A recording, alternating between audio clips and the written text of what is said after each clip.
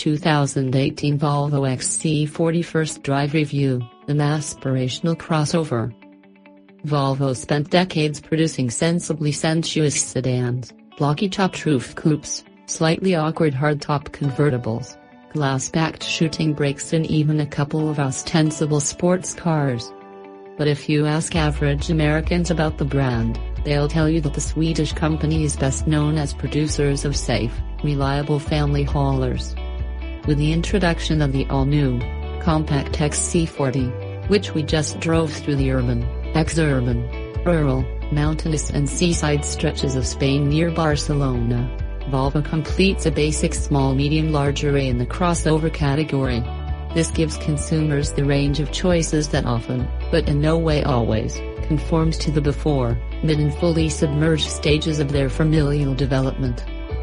It is on the inside, as with all contemporary Volvos, that the XC40 truly distinguishes itself. If the large 90 series crossover brings composed, executive realness, and the medium 60 series crossover brings cool mom savvy, this small 40 series vehicle is a bit more van life in its essence. Not only in terms of all of the dedicated, built-in cubbies for your daily essentials, but also in terms of the optional 1970s-inspired colored velour interior inserts on the floor, door panels and center console. All it needs is a rooftop solar panel array, 80,000 Instagram followers, a sponsorship deal from a local cordwainer and at least one shirtless person with tons of tattoos, and you could totally live in it.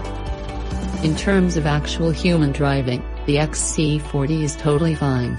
We only were able to test the model with a single powertrain option that will be available at launch in the United States in the spring, with $35,200 T5, which you can subscribe to for $600 per month with $500 down through the Care by Volvo program.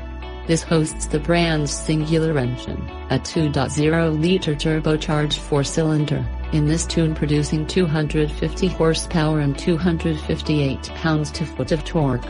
This T5 also has all-wheel drive. The less expensive and detuned front-wheel drive-only T4 version will be released a few months later, cost $2,000 less and produce around 200 horsepower. The XC40 will not win any races, but only a fool would take one on the track.